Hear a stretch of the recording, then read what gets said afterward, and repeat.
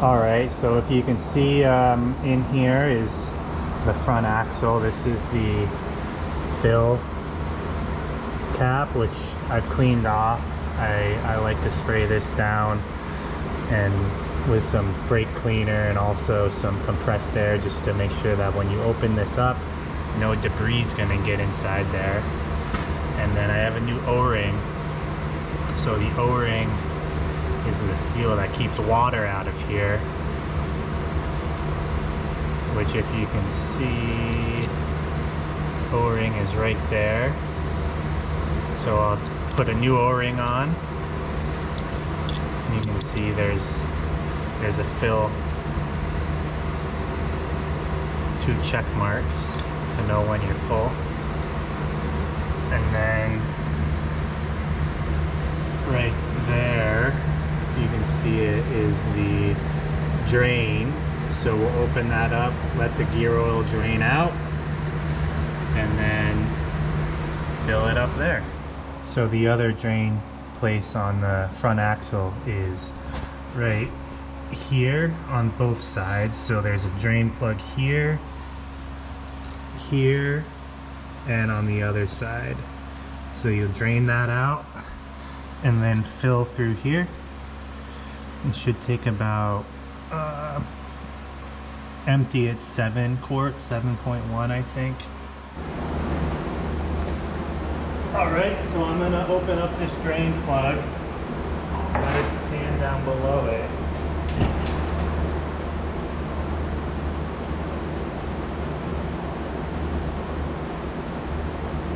It wasn't super tight, which is a good sign. I think it's probably been replaced before.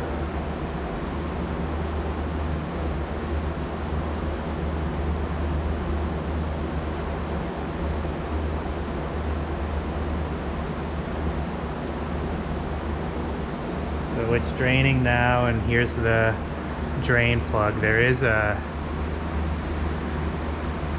washer on there. They call it a Buena washer with the, I think that's what they call it. I've experienced these in other lines of work, and it has the plastic seal in the middle.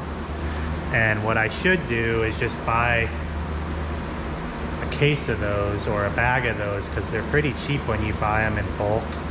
In Europe, European machinery is all parallel threads like this with the Buena washers, I think is what they're called, or the rubber seal washers, crush washers too. But we'll reuse that. It wasn't leaking, and we'll let that drain out. There should be close to almost over 7 quarts is what this takes. So it should take a while to drain because that gear oil is pretty thick, but we'll let that drain and then we'll fill it up. So while we're waiting on that to drain, I wanted to show you guys something that I noticed yesterday, but and I've already ordered these parts. There's one more part I need to order, but this is the lower radiator hose, and it is the softest hose I've ever felt. This side not too bad, but right here where you can see it's kind of ballooned up, that is soft.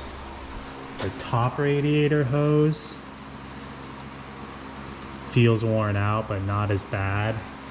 But I want to show you this one I just found poking around. I don't know what this is called because it's not in the manual. It's not the lower radiator hose, that's the one on the other side. But this is just the most soft hose, and you can feel it just full of water. It feels like a water balloon. It's so soft. And I gotta believe these are original. It's been rubbing against stuff, and I'm so surprised this hasn't burst, but I'm gonna need to order those hoses and get those replaced. But the rest of it looks like it's been gone through pretty well, so I'll keep looking at it. About 5 quarts came out. And one trick I like to do before I put the drain plug back in is put a maybe 1/3 of a quart down through there to flush the extra gunk in there out. So I've done that. Drain plugs back in. Now I can start filling it with new gear oil. And this just takes 80 weight 90. Or yeah, 80 weight 90 gear oil. So it took about 5 quarts. This is 2 gallons, so 8 quarts. So I'll probably put about half of this in.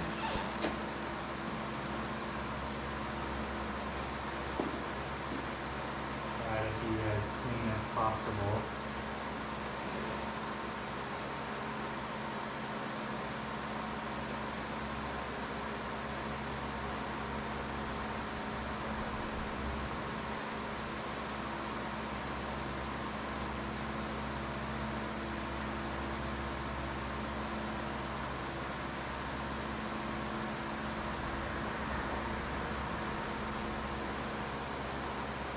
That's one nice thing about having the smaller containers, 1 quart containers, is you can more easily gauge how much you put in.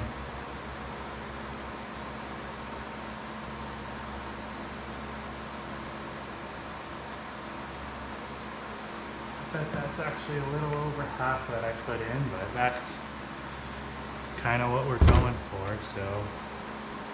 It's not leaking out, that's good.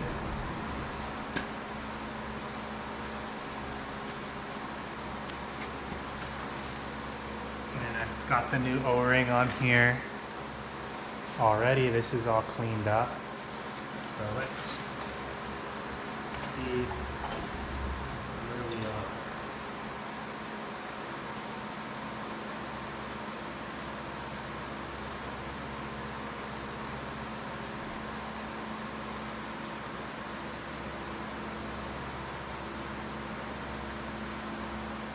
Right on the bottom tick, so sometimes if you can see, sometimes it's 1 quart or liter between these 2 lines on a dipstick. I don't know if that's the case here, but I'm gonna put another quart in, maybe a little less. We'll do that again and we'll see where we are.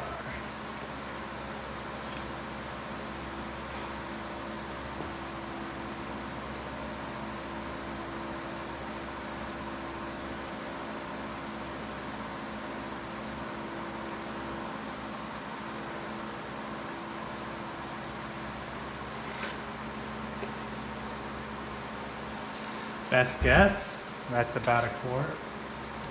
A little less than a quart, I'd say. Same thing.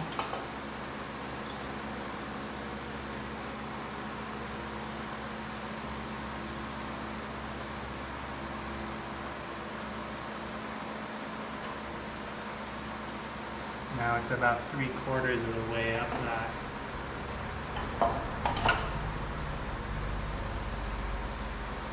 We'll add a little more and go.